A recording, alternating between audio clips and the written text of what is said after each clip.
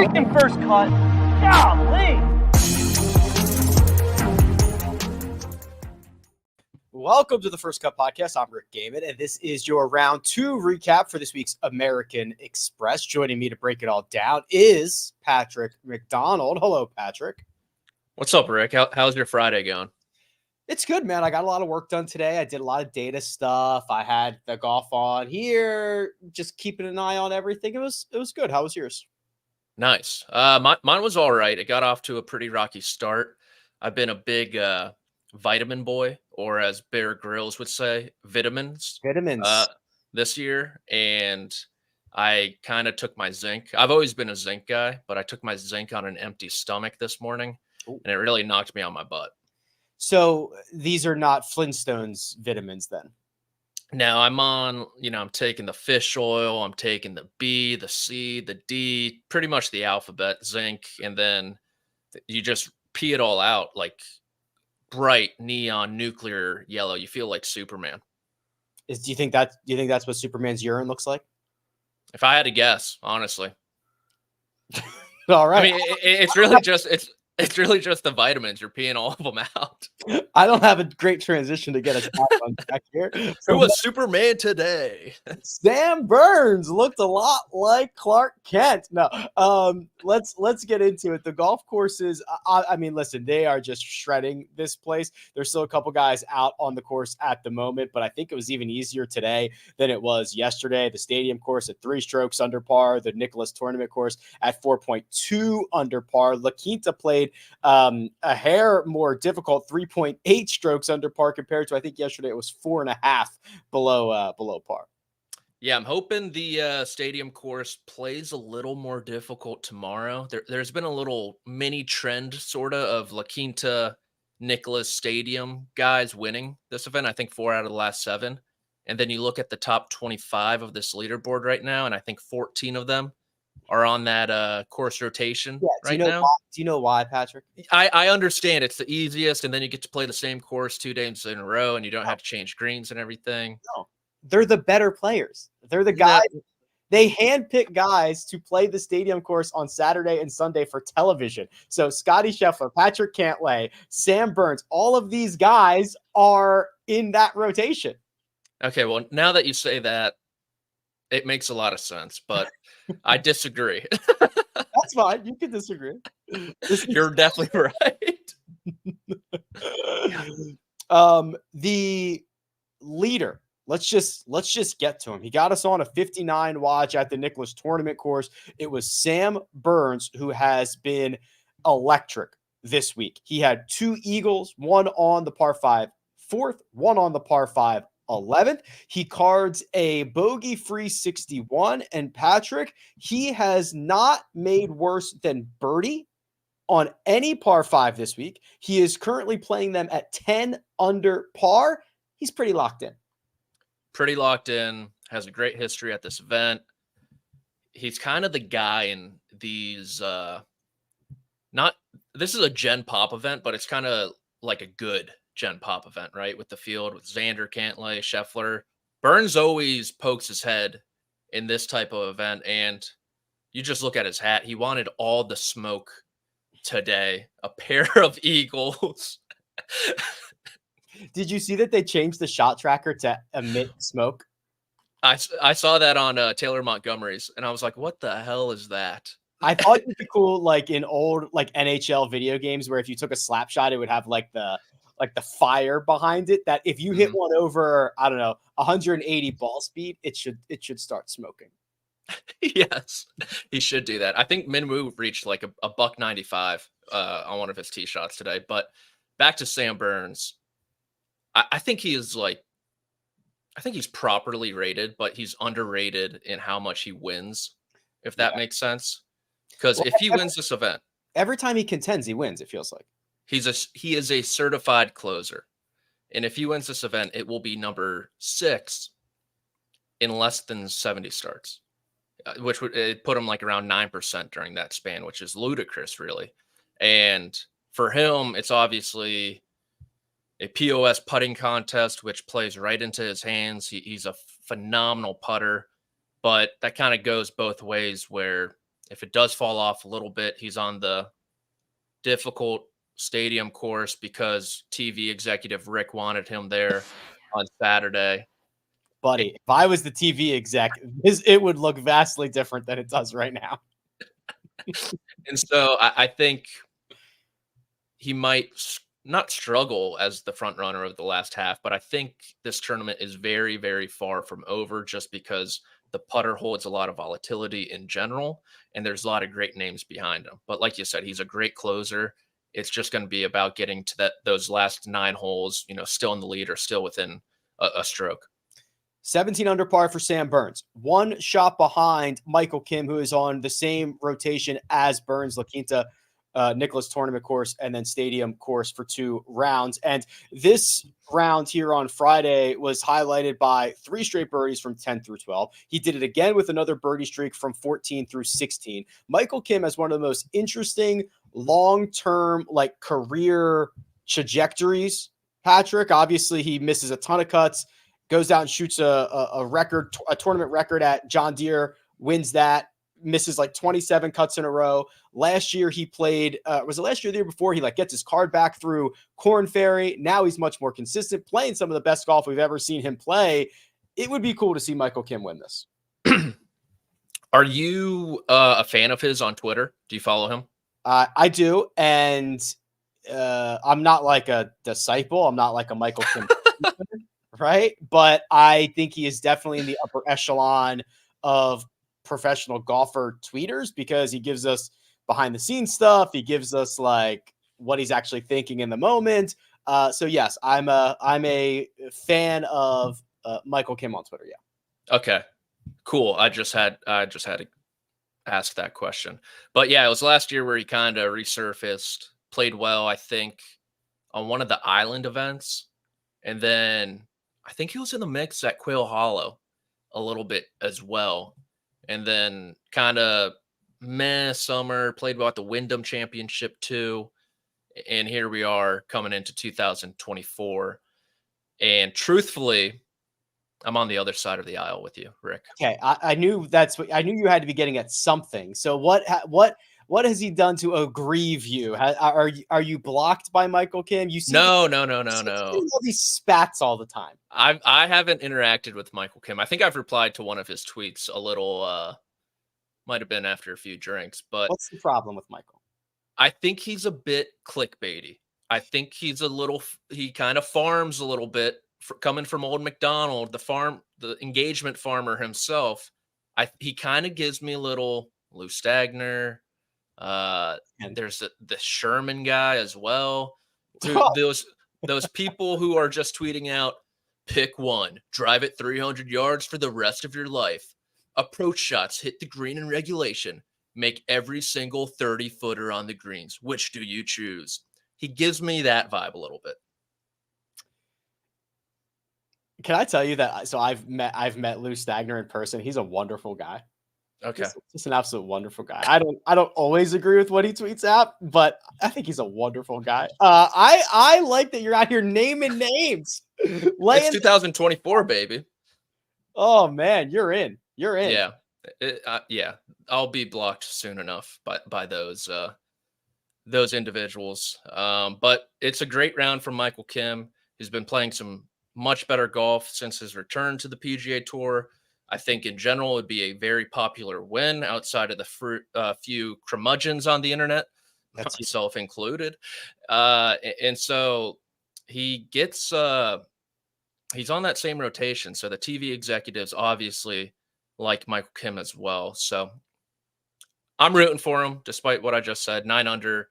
You always talk with these guys. It's a little different this week because every course is so easy. It's tough to follow up a good round with another one. We saw that out of Xander Schauffele a little bit today, and it will just be interesting to see if he can keep it going. Yeah, to put a bow on those Michael Kim results, best results from last year, T11 at Pebble. The 5th place finish at Puerto Rico was the tropical event that you were looking for. The 7th place finish at Quail, that was the Wells Fargo Championship. He had a T6 at the Charles Schwab, and he had a T5 at the Wyndham. Those were pretty significantly far and away his best results of the year. He is going to enter the weekend one shot off the lead. Then we start to get a really big logjam. Couple guys at 15 under, KH Lee, Nick Dunlap, the amateur, which would be pretty cool. And then a just army of guys at 14 under. We'll start with Patrick Cantlay. He is on that same rotation that we've already alluded to. He's going to go to the difficult or more difficult stadium course on Saturday. A little bit of a slow start. He was only 1 under at the turn. He was able to pile a couple of birdies on his second 9, which was the front 9 of the golf course, and get this thing in at 6 under 66, keep himself very much in this tournament. But, it's the American Express, Patrick. This Patrick is always in the mix. He looks great in that photo. And if I am Sam Burns, this is the name on the leaderboard that scares the heck out of me. He's kind of just been Mr. Consistent for the last year, 2 years, pretty much. And he has the course record at the stadium course, that 11 under 61, I believe in 2021 when Siwoo Kim on Sunday won. He just hasn't really done anything phenomenal yet this week. Just 2 really good, solid rounds. You look at pretty much every metric over whatever time span you want, and tee to green wise, he's like second to Scotty Scheffler in all of them. You take away Ludwig, who played 11 starts last season. Cantlay's number 1 in par 5 scoring. He's number 1 in birdie or better. I think he's number 1 in par 4 scoring as well. It's just the par 3s that get him. So I'm pretty interested to see how he plays those par 3s over the weekend, because if there is any bite in the stadium course, I would argue it's those par 3s. Some of them are quite long. The one on the front, 17s, I know it's a short iron in, but it can, test your nerves a little bit. So I think he is the guy heading into the weekend, just given how well he's played the past year and a half, how due he is for a victory, and just how much he likes the stadium course, it seems. The duel that we got from Patrick Cantlay and Siwoo Kim a couple years ago could happen again. Siwoo is also in at 14 under par, T5, same number as Patrick Cantlay. But the guy who is actually going to win this golf tournament is Eric Cole, 14 under par. He just shot an 8 under 64 at La Quinta. He has already played the stadium course. There will be no bright lights on him on Saturday. He's going to go to the Nicklaus tournament course, which played the easiest today on Friday. He beat the draw on Thursday. He might end up with the good draw on Saturday, going to Nicklaus on Saturday. And it is time for Eric Cole to break through and win a golf tournament. This course has been very kind to PXG staffers. Hudson Swafford, twice a winner. Love this. And so he could continue that tradition of one Bob Parson. But Rick, I don't know if it's one of those situations where I know he's still very, very new on the PGA Tour. He just won freaking Rookie of the Year. Is he the guy to emerge from a Sam Burns, a Patrick Cantlay? I think Scotty Scheffler is not too far behind. Sung J M's not too far behind. Siwoo Kim. Is Eric Cole that good of a player to emerge from that pack, in your opinion? Just when you least expect it, Eric Cole is going to steal one. I mean, he goes out, he shoots a 63 at the tournament course, gets to 23 under going into Sunday. He flips the script. Then he just has to kind of hold on and shoot, 67 at the stadium course, which he has already shot a 66 at this week. And that's all she wrote. It's the math. Who do you have for one and done? I have Eric Cole for one and done. Is there a bit of a bias coming out right now? The truth comes out. You said the quiet part out loud, Rick. Yeah. But it's been very cool to see this guy just continue to rack up paycheck after paycheck, top 10 after top 10. So I said Patrick Cantlay's due. Cantlay's more due than Cole, in my opinion. But Cole's certainly top 5 on that list of due-ness. The dew point. We should have a report. Oh, I like that. TM that. TM that. Yeah, who's most due. We will continue this conversation, which is obviously incredibly valuable, with some more who are in the mix. Plus, we will take a look at the betting favorites. But first, we're going to take a quick break and hear a word from our partners. Well, you need your sports news anywhere? We've got breaking news to bring you. Then get your sports anytime you want them. Big trade news overnight to discuss. Because we know you need sports all the time. A lot of movement in the rankings this week. A legend adds to their legacy. We're bringing you that breaking news right here on HQ. CBS Sports HQ, anywhere, anytime, all the time. And we're back. Let's just bop around a little bit, Patrick, and see what we can find. Min-Woo Lee currently in a tie for 11, 65-66 to open up his week. The 66 that he shot here on Friday was at the stadium course. And, you start looking around, Patrick, guys that have really high expectations for this year. Minnie's probably close to the top of that list. Of new PGA Tour members, 100%. Yeah, no, I just mean of chatter. I'm not saying like obviously Scotty Scheffler, Victor Hovland, and Rory McIlroy, but I'm talking about bursting on the scene and expected to have immediate success. I made a joke in my newsletter towards the middle of December when he won in Australia that everyone who was filing their breakout candidates of 2024 and had Min-Woo Lee at number one, it's just like, sorry, buddy, you got to edit this. This guy's already breaking out. And so I do agree with that point. He's not a relatively unknown. I mean, he won the U.S. Junior. He's won a bunch or a few times overseas. And so you combine that with his swagger, the sunglasses, the mustache, and there's a lot of excitement, especially, like I said earlier, 195 ball speed. That is dumb. And then you see him with the flop shots coming down the stretch. I think this round was probably the best score he could have put together. 13, he hits the ball in the water on the par 3, makes a putt from off the green to save par. A couple other ridiculous up and downs, including the flop shot on 18. And overall, I'm looking at the stats right now. He gained 4 strokes around the green. He lost over a stroke on approach, which isn't fantastic. If the numbers are correct that I'm looking at, the numbers have been a mess this week. Yeah, that seems to be.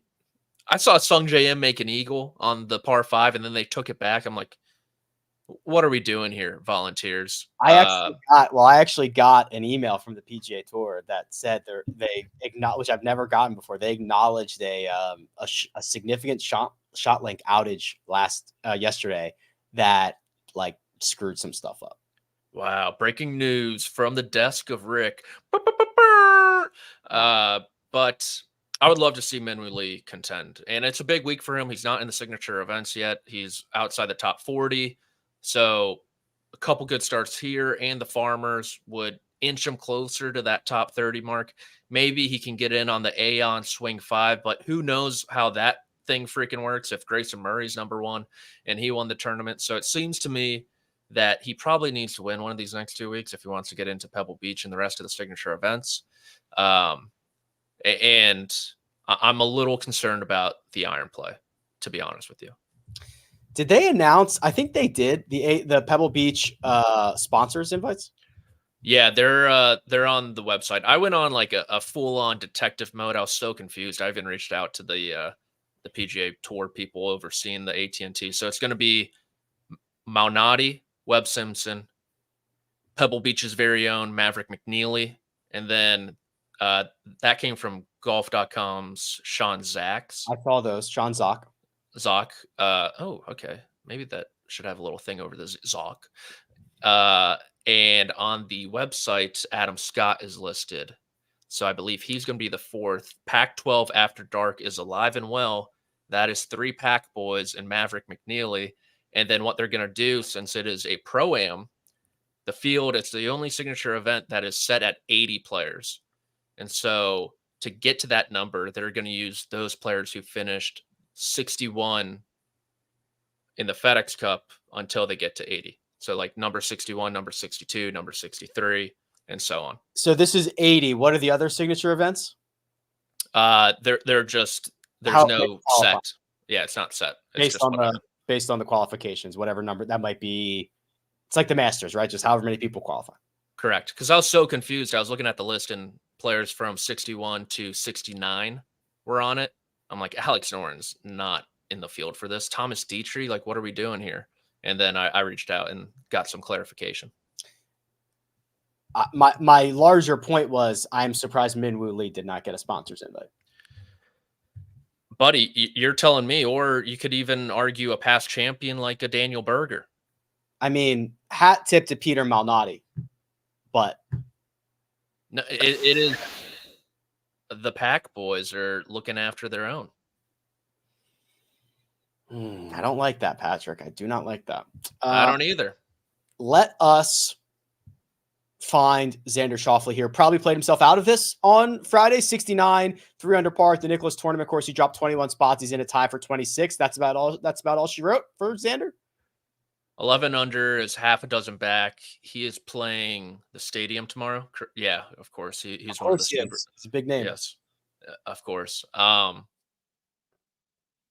Yeah, I mean this is vintage Xander Schauffele. I think just a vintage week for Xander Schauffele. I think he will be perfectly positioned for that backdoor top 10. I will say last year, coming off that weird back injury at Kapalua, I think he shot 62 in the final round. So he likes the course. He's capable of doing it, but you see the opening 36, and if he finishes the week at 22 under and 5 off the win, I think that's the most likely scenario. Let us assume that the cut line is going to be 12 under par. I think that that's a reasonable assumption. 11, 12, 13, something like that. Let's go with 12. Zalatoris needs a 5 under round to get there. Ricky Fowler needs to go 6 deep to get there. Grayson Murray, last week's champion, needs to go 7 low to get there. I'm just kind of scrolling through some of the guys that are unlikely to be around for the weekend. Michael Block probably needs to shoot an 11 under round on Saturday. I guess that is possible, though not likely. So we are going to see a couple of higher end names at least not play on Sunday. Tom Kim needs to shoot 8 under, most likely. I should have known. I should have known that of all the people to ruin the streak that I got a phone call yesterday saying it was like 30 weeks in a row, but I had to tell him to cool it down. To ruin the streak, Tom Kim, if you had to pick one player on the PGA Tour, makes the most sense. Just given our history together, our back and forth relationship, it truly is a calls coming from inside the house situation with Tom Kim ruining the positivity parlay. I thought you got a call from Vegas saying, Patrick, please stop. You're killing us. We're begging you here. No, what they actually did, they're like, oh man, we're so sorry. Here's a few nights free on us if you want to come. I heard they only give those to the winners, right, Rick? Yeah, that's right. Only the winners. That's right. Nobody else. Only the best get that. Absolutely correct. Speaking of the odds board, let's see it, Josh. We've got the board ready to rock and roll here. As far as I am aware, there it is. Sam Burns, the favorite to win the 2024 American Express, plus 350. Patrick Cantlay at 6-1 and Eric Cole at 9-1. The only 3 golfers in single digits. You can get Min-Woo Lee and Adam Hadwin both at 12-1, along with Michael Kim. You can get KH Lee and Siwoo Kim at 18-1. You can get Nick Dunlap at 20, and you can get anybody else in the entire field for longer than that.